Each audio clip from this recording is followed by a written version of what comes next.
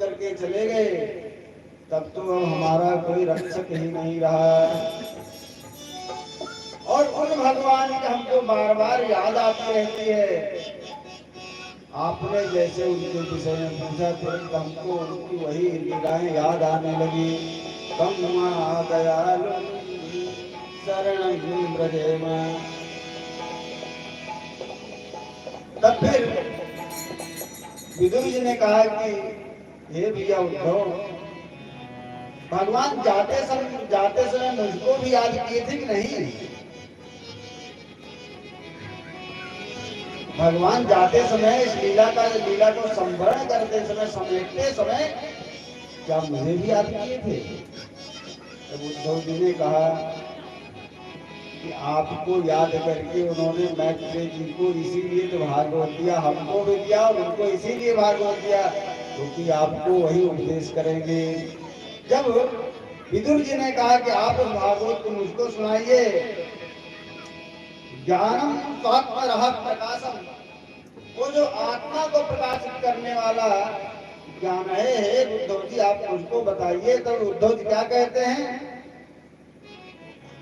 कि उस ज्ञान को मैं आपको नहीं बताऊंगा, कौन बताएगा फिर?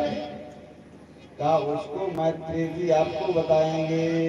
और हम तो अब यहाँ से भी जा रहे हैं, क्योंकि भगवान के जाने के बाद में उद्धव जी का कहीं मन नहीं लग रहा था। उनकी गति वैसे हो गई थी जैसे किसी धनिक व्यक्ति का धन चला गया हो,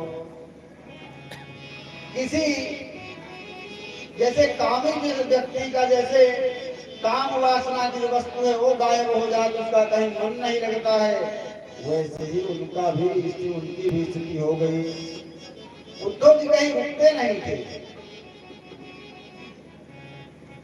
और कभी कभी तो उद्धव जी को इसलिए रोना आता था कि उद्धव जी और भगवान कृष्ण एकदम स्वरूप में एक जैसे थे। तो कभी कभी जब लोग उनको देखते तो लोगों को ये लगता है भगवान ही आ गए हैं, तो वो भगवान को समझ करके उद्धव जी को ही प्रणाम करने लग जाते थे। तो ये उनको बार बार स्मरण होता रहता था और वो इसीलिए कहीं रुक नहीं पाते थे। इसलिए हे चाचा विदुर, आपको मैत्रेय जी ही इस कथा को सुना पाएंगे, हमारे बस की तो है नहीं, क्योंकि हम तो बार बार हमारा कंठ भर आता है भगवान के जाने से। तो आपको अगर इस कथा को जानना है तो आप मैत्रेय जी के पास में जाइए। तब मैत्रेय विदुर जी वहां से गए। हरिद्वार क्षेत्र में मैत्रेय जी विराजमान थे। वहां पर जाकर के उन्होंने चरण वंदना किया मैत्रेय जी का। फिर भगवान मैत्रेय से प्रश्न किया और मैत्रेय से कहने लगे, कंचोच सोचान विदो न सोचे, हरे कथायाम मुखार देना, क्षीणोति देवो निमिषस्तु येषाम्, आयुर्वृथा वा जगत् स्मृतिनाम्। इस पंक्ति पर हम सभी को बहुत ध्यान देने की आवश्यकता है। ये पंक्ति ऐसी पंक्ति है कि मनुष्य को, हमको लगता है अगर उसको जीवन मिला है तो ये हमेशा ध्यान देने की चीज है। विदुर जी कह रहे हैं, कंचोच सोचान विदिनो विदो न सोचे, जिनके विषय में लोग सोचने लग जाते हैं हम तो उनके विषय में सोच करके बहुत परेशान होते हैं। महाराज किसके विषय में लोग सोचने लग जाते हैं?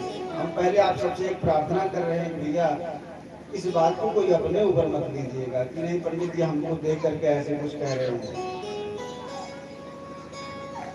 ये विदुर जी के वचन हैं और विदुर जी उद्धव जी से, मैत्रेय से प्रार्थना करते हुए कहते हैं,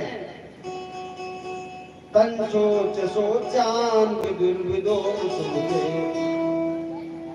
जिनके विषय में लोग सोच करके परेशान हो जाते हैं मैं